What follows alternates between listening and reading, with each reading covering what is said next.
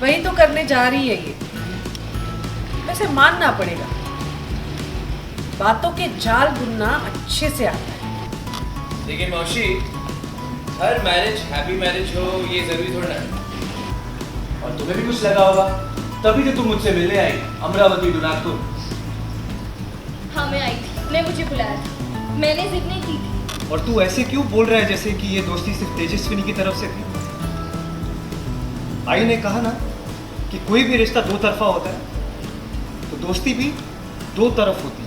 Serial गुम है किसी के प्यार मेन एक तरफ जहां नील और तेजू चौहान हाउस जा रहे होते हैं एक खास रस्म के लिए, जहां लड़की अपने मायके जाती है, लेकिन माहौल रस्मों वाला कम और तानों वाला ज्यादा हो जाता है। तो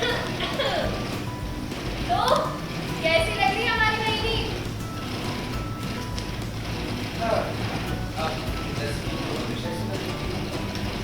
हाँ वो तो है, लेकिन आज हमारी बहनी ज्यादा ही अच्छी लग रही है, होनी भी चाहिए। शादी के बाद पहली बार मायके जो जा रही है। वैसे मानना पड़ेगा, बातों के जाल बुनना अच्छे से आता है। शादी के दिन कह रही थी मैं इस लड़के से शादी नहीं करूंगी, कल कह रही थी मैं मायके नहीं जाऊंगी, और आज देखो एकदम टिप टॉप बन के जा रही है। इसके मन में कुछ और जबान पे कुछ होता है। भैया आप कैसी बातें कर रहे हो?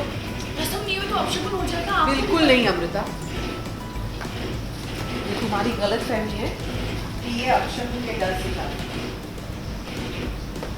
ये जा रही है अपने डॉक्टर पति और रईस ससुराल की नुमाइश करने। ये छोटे लोगों का ऐसे ही है, बड़ा हो जाए बहुत मजा आता है ये शो में।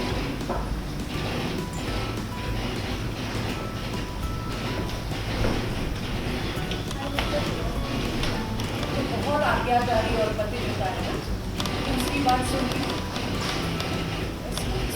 उसकी बात कोई भी रिश्ता हमेशा होता है।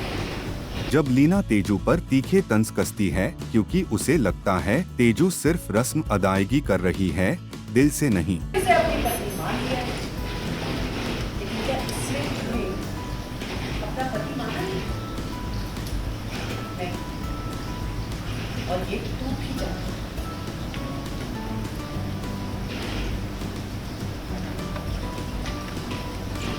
वहीं ऋतुराज भी मौके का फायदा उठाते हुए तेजू से उनके बीते रिश्ते की पुरानी बातें छेड़ देता है, जिनसे चौहान परिवार पूरी तरह अनजान है।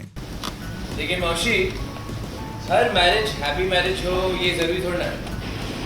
अब हर किसी की जिंदगी में उसको सब कुछ मिल जाए ये भी जरूरी नहीं है। किसी का प्यार अधूरा रह जाता है, किसी की ख्वाहिशें और किसी की सपने।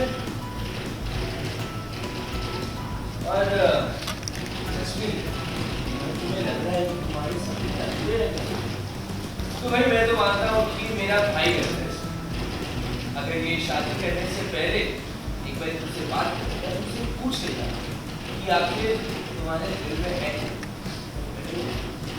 बोलो, बताओ सबको कि तुम अपने पेरेंट्स को झूठ बोल के आई थी मुझसे मिलने या नागपुर।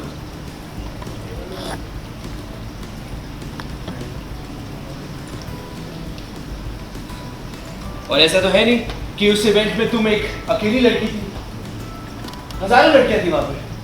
अब मैंने किया, कुछ तो बात दिखी होगी तुमने, तभी तुम्हारी बात बढ़ी। और तुम्हें भी कुछ लगा होगा, तभी तो तुम मुझसे मिलने आई अमरावती डुनागपुर। हाँ मैं आई थी, ने मुझे बुलाया था, मैंने जिद नहीं की थी। और तुमने मुझसे रिक्वेस्ट की थी जो मैंने एक्सेप्ट कर दी थी, मैंने मान ली थी। अब तुम ऐसे बोल रहे हो जैसे मैंने तुम्हें मिलने के लिए फोर्स किया था। क्योंकि मैं सब कुछ साफ साफ बोलूं तो ठीक है, मैं हर बात अब साफ साफ बोलूं। वहीं नील माहौल को संभालने की कोशिश करता है। क्या कहना चाहता है तू? कुछ क्लियर करने की जरूरत नहीं है। और तू ऐसे क्यों बोल रहा है जैसे कि ये दोस्ती सिर्फ तेजस्विनी की तरफ से थी?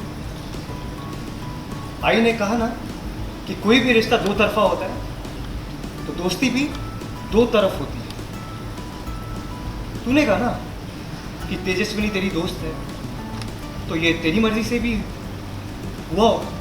वेल, अब सीरियल में आए इस ट्विस्ट के बाद कहानी में आएगा कौन सा नया मोड़, ये देखना दिलचस्प होगा।